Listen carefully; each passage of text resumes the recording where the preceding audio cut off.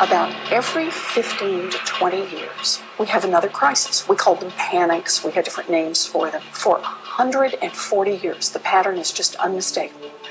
Then we hit the Great Depression. And coming out of the Great Depression, we put 3 new regulations in place. Glass-Steagall, which divides our community banks from the Wall Street investment banks, FDIC insurance, and some SEC regulations so you can invest on Wall Street and they can't cheat you too directly. For 50 years, we have no bank failures, no major crises. It works. It gets to be the early 1980s. We go with this idea of let's get rid of regulation. And what happens? Late 1980s, savings and loan crisis. Should have been a warning. Late 1990s, remember long-term capital management, the hedge fund, should have been a warning. Early 2000s, Enron, should have been a warning, but we let it go. And where do we end up? In the biggest crisis since the Great Depression.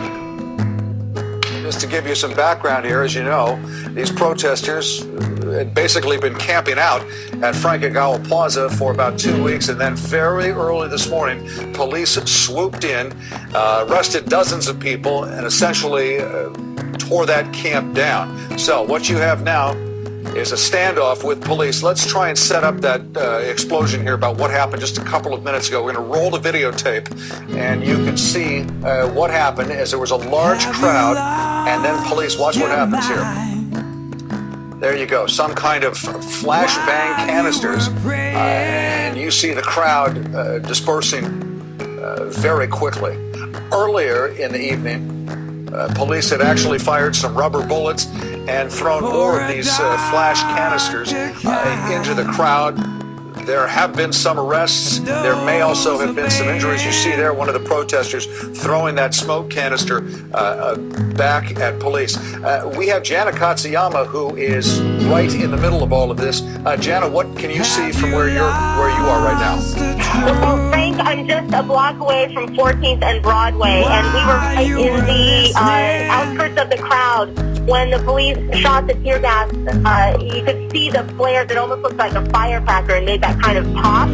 And immediately people just started running towards them away from 14th and Broadway down south on 14th. You could just see the cloud of gas just kind of moving its way. We were probably downwind. People were just running, trying to cover their noses, and there's still a real strong smell outside. The air is starting to dissipate, and you can see police working up against that metal barricade that they have there. That they've had there all night at 12th and 14th, but it got the crowd moving pretty quickly. We saw them pass the side south on 14th. They're just kind of regrouping now, and some of them trying to get over that tear gas, which really was powerful. Jenna, did the police give any warning before shooting these tear gas canisters? They did, Frank. We were standing there. They said that there was a 5-minute warning. They said you are to disperse or people will be arrested for unlawful assembly. Now, people were kind of congregating around. We were a little bit of a ways from the megaphone, so I could not hear if they gave a warning before they fired the tear gas.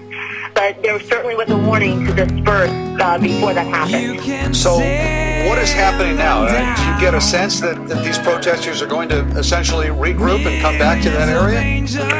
As they were running, some of them were saying that. They're saying, let's just run down and, let's see if we can, meet over here, meet over there. So I don't know, but definitely now at 14th and Broadway, it cleared out. There are a few people who are kind of straggling, but a lot of them have their noses covered, their faces covered. So that was pretty intense. It was blowing in the right direction in terms of the crowd. So the police got the effect that I think they intended. All right, Jenna, we're going to ask you to stand by for a moment. We want to go now live down on the ground, and KTV reporter John Sasaki. John, what can you see from your vantage point? Well, I can tell you that we were actually caught up in this gas. This is the first time I've ever been hit with tear gas, because we're just directly across the street. You see the line of officers and deputies there. They were holding that line. They set up the barricade again, and there were about, 500 to 1,000 people in this intersection who would not disperse. They were repeatedly told to go away, to go home. There are plenty of avenues of exit to go home. And now, as you see, that's looking north on Broadway. That's where all the protesters are currently. But they gave plenty of warning. And then the police fired flashbang grenades and tear gas canisters into the crowd. And it hit a lot of people pretty hard here, including me and photographer Jacob, photographer Ben. Jana there was hit a little bit. It's extremely unpleasant, and that's what caused everybody to disperse, at least in that direction. I did see one person who was very, very seriously injured, it appeared. She was on the ground and bleeding pretty profusely. It's not clear what happened or how that happened, possibly just from falling in the commotion that happened here. But certainly this intersection right now has calmed down quite a bit. But just up the street here, there's something that a powder keg, if you will, could still be set off. And clearly here, people, you can hear screaming and banging and everything. People are still very, very upset right here. So we'll continue to monitor the situation, hopefully not get hit with tear gas again. Live in Oakland, I'm Johnson Stock, KTVU Channel 2 News. All right, well, once again here, just to recap what you're looking at, these were pictures taken. Now, these are live pictures here. The pictures you were looking at probably happened maybe 10, 15 minutes ago, as you heard John say. 14th and Broadway, that is right in the heart of downtown Oakland, and it is right next to Frank Plaza, where that large encampment had been located until early this morning when police